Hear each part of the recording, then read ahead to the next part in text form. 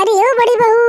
अरे बहू, सूरज सिर पर आ गया है, अभी तक उठी नहीं तुम? सारा काम कौन करेगा?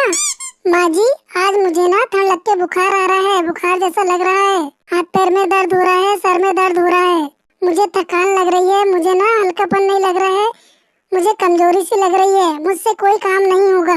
अरे तो फिर छोटी बहू को चाय बनाकर फिर कौन देगा? देखो बड़ी बहू, छोटी बहू की नौकरानी बनकर रहोगी तो ज्यादा फायदे में रहोगी। जाओ छोटी बहू को जल्दी से चाय देकर आओ।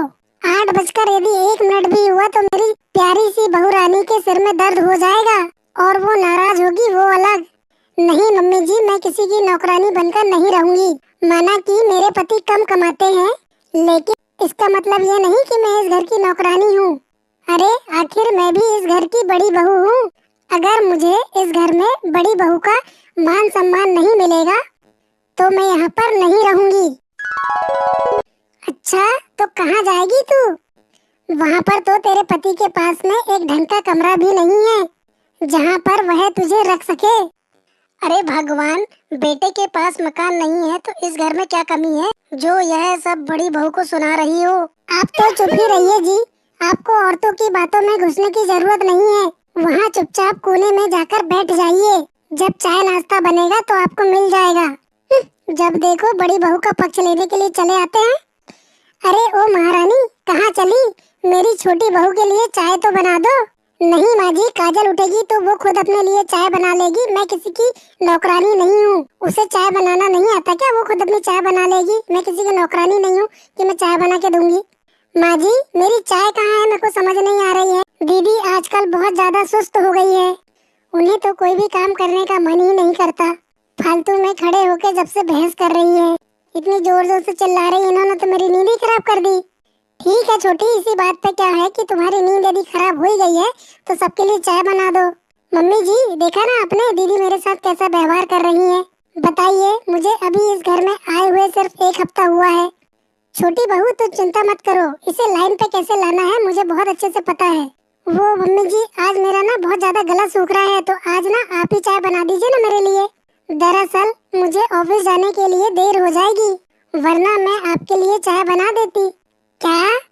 जी मम्मी जी। बहू, घर में 2-2 बहू होते हुए सास अब रसोई में चाय बनाने जाएगी? और तुम मेरी बहू हो, सास से चाय बनवाते हुए तुम्हें शर्म नहीं आएगी? जब मेरे पिताजी ने आपकी हथेली में नोट गिनकर रखे थे तो आपको शर्म नहीं आई थी? मेरे पापा की कमाई को लेते हुए शर्म नहीं आई थी तुमको?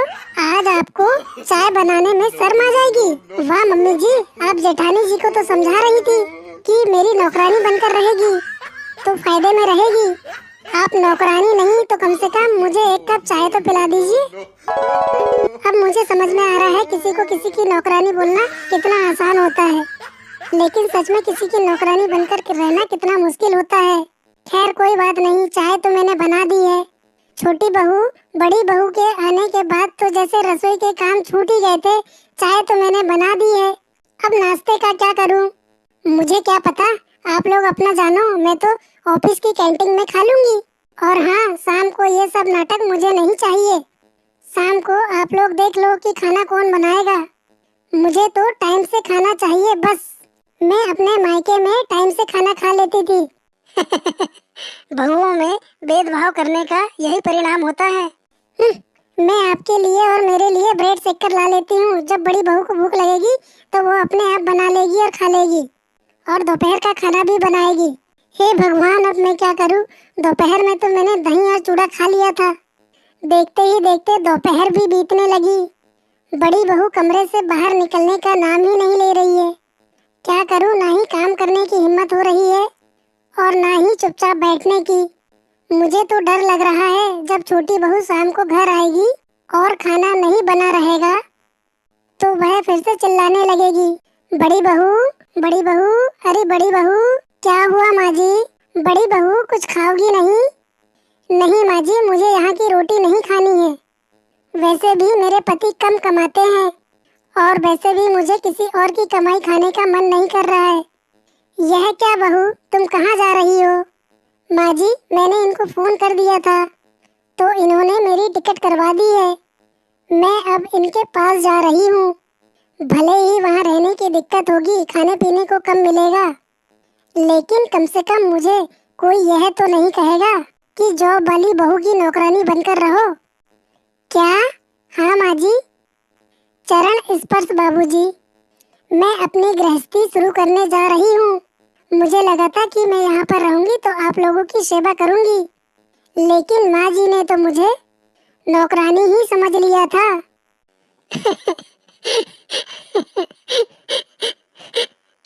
जाओ बहू, आखिर तुमको भी अपने पति के साथ रहने का मन करता होगा। कब तक हमारे लिए यहाँ पर पड़ी रहोगी? वैसे भी किसी के अहंकार के कारण मेरा भी बुढ़ापा खराब हो गया है। बाबूजी, आप चिंता मत करिए। आपको जब भी जरूरत पड़ेगी, जब भी आपको हमारी याद आएगी, तो आप वहाँ पर हमारे यहाँ चले आइएगा। मुझे आपकी सेवा करके बहुत खुशी होगी। तब तक मैं वहाँ जाकर अपने पति के काम में हाथ बटाऊंगी, उनका साथ दूंगी, और वहाँ पर हम बढ़िया सा किराए का रूम ले लेंगे। तो आप वहाँ पर भी जरूर आइएगा, क्योंकि मुझे आपके बिना अच्छा नहीं लगेगा। अच्छा माँ जी, चलती हूँ। रुको बहू, अकेली मत जाओ, मैं सोनू से कह देता हूँ, वो तुमको ऑटो में बैठा के रेलवे स्टेशन तक छोड़ आएगा। ठीक है बापूजी। लेकिन बहू। लेकिन कुछ नहीं, वो जाना चाहती है तो उसे अब जाने दो। बहुत तो अत्याचार कर ली तुमने उसके, बहुत तो अत्याचार कर ली तूने उसके ऊपर। अब जाने दो उसको, अब जाना चाहती है वो तो। हे भगवान, बड़ी बहू तो चली गई, अब छोटी बहू के आने का समय हो रहा है। अब जल्दी से रसोई में जाकर खाना बनाने की तैयारी कर लेती हूँ। खाना बनाया है ना आपने? और आपकी वह बड़ी बहू कहाँ है? वह तो अपने पति के पास चली गई। अब हम दोनों को मिलकर ही यह गृहस्थी संभालनी है। मुझे घर गृहस्थी से कोई मतलब नहीं है। मैं तो बस जॉब करूंगी और घर के खर्च चलाने में सहयोग कर दिया करूंगी। घर के काम में तो मैं पहले की तरह हाथ नहीं लगाऊंगी। बहू, एक काम करो, एक नौकरानी ही लगवा दो। अरे, आपके होते हुए नौकरानी की क्या जरूरत है? और वैसे ही दीदी को ताने मार मार कर आपने यहाँ से भगा दिया, तो उनके जाने की भरपाई अब आप करिए। आपकी वजह से ही वो यहाँ से गई है, तो उनकी जगह आप खाना बनाएंगी, उनकी जगह आप सारा काम करेंगी घर का। नौकरानी पर फालतू के पैसे खर्च नहीं करूंगी मैं।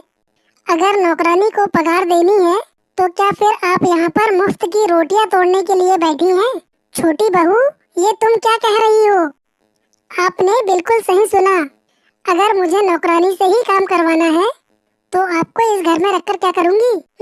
बड़ी आई, नौकरानी लगवा दो। हे भगवान, अब ये क्या? मुझे मेरी अब ये बूढ़ी हड्डियों को फिर से रसोई में झोंकना पड़ेगा। इससे अच्छी तो मेरी बड़ी बहू ही थी।